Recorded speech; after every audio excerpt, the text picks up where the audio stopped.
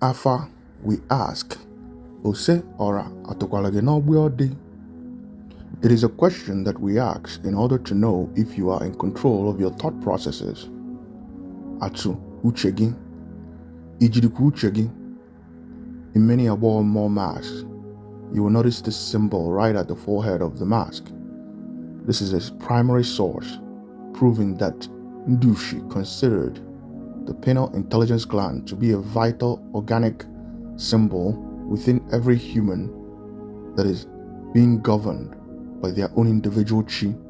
Due to the condition humans found themselves in Aze, the reason why many people indulge in money rituals through animal sacrifice is because people are suffering in Nigeria and in Africa in general. Suffering degenerates the human brain from the neocortex to the reptilian part of the brain. If you have seen The Matrix, that's the part of the brain you plug in to enter the matrix, which is the world of Maya illusion. Within the reptilian brainstem, there's no single reasoning. The lizard brain is always scanning for safety, survival, fear, desire, and ways to outsmart any situation, but not with any rational thought processes.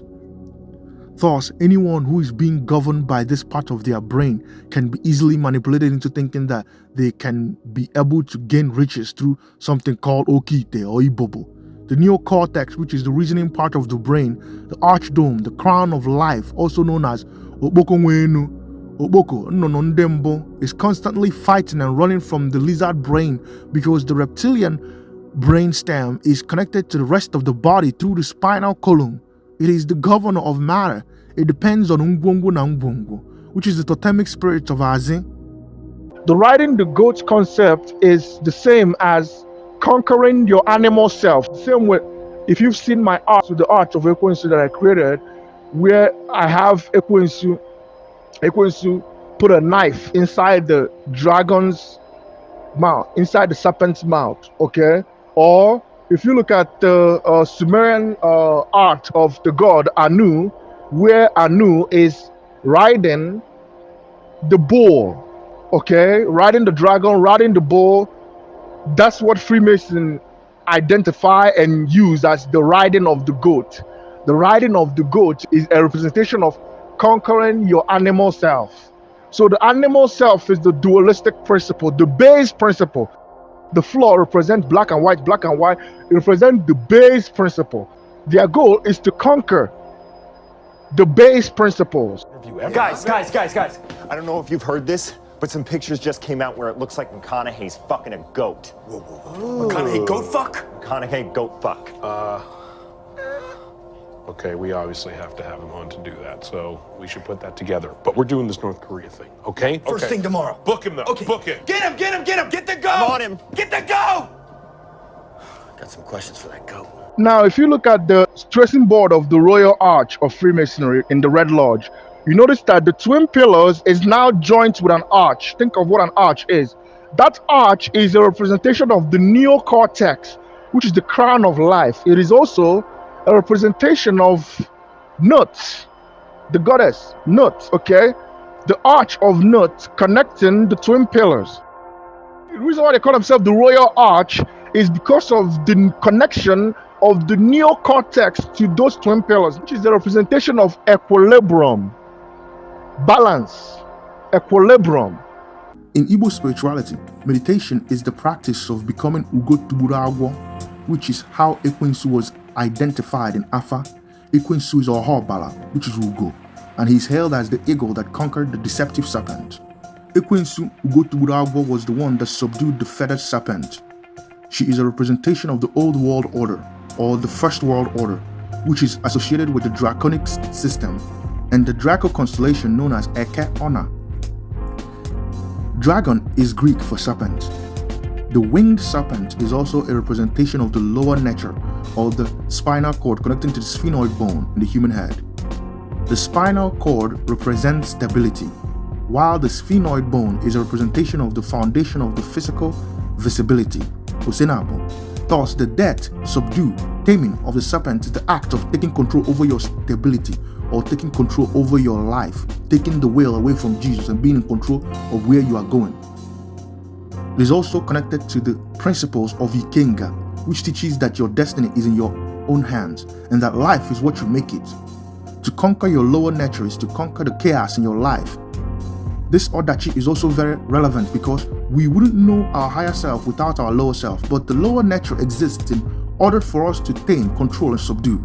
This is the esoteric meaning behind various deaths of ancient dragons in various mythologies all over the world. Atum conquering Apep, Set protecting Ra from Apep, Heru conquering Set, Marduk slaying Tiamat, Anu standing on top of a bull, and many others. Even in Game of Thrones, when Jon Snow slays the chaotic dragon mother for destroying the entire city, Ekwensu is held as Ugo, which is the eagle that slayed the snake.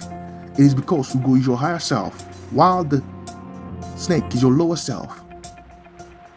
To become victorious in your life, you have to subdue the serpentine spirit within you, to be the Ekwensu Ohobala that conquers the serpentine energy within you.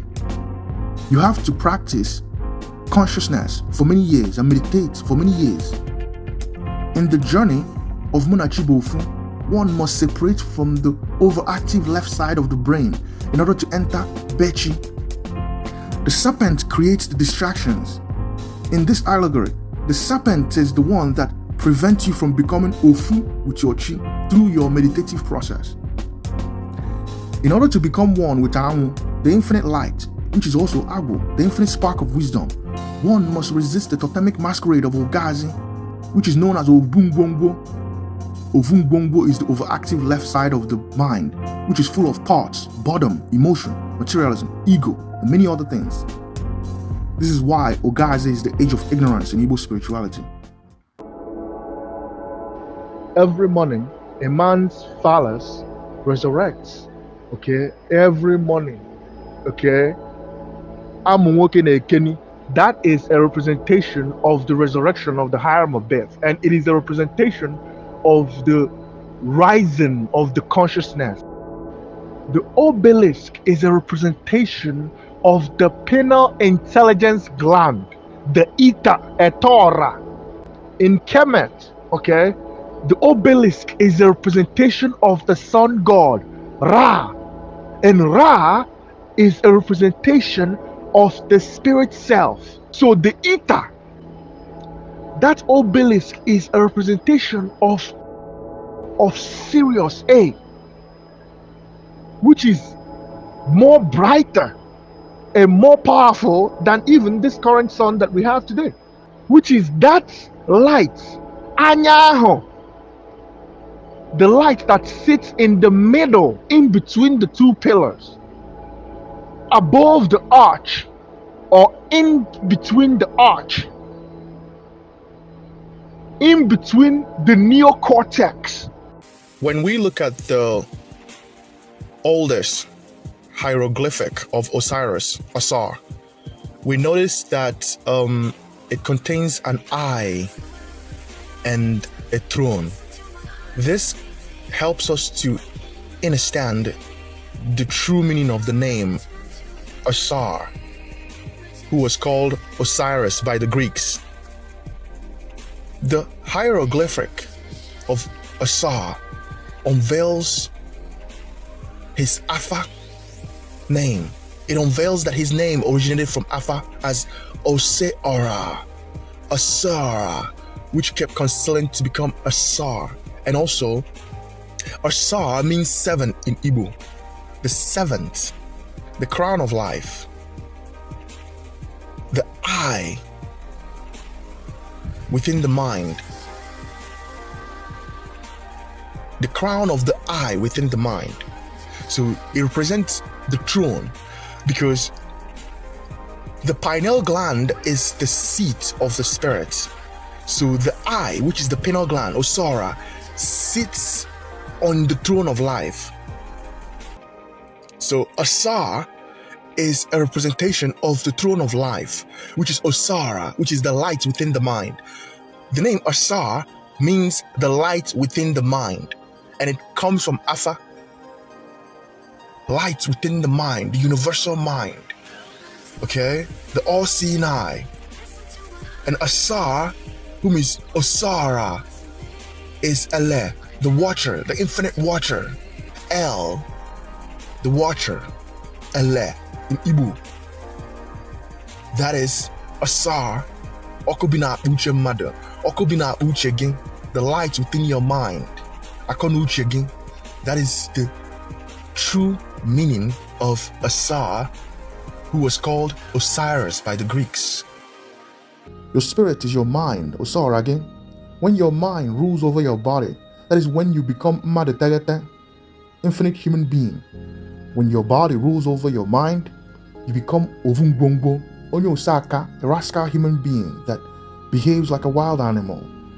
Nishid Kemet, every righteous person that passed on wants to be Asar. When you live a good life, when you pass on, you become Asar, Osara in Afa, which is a representation of your higher self,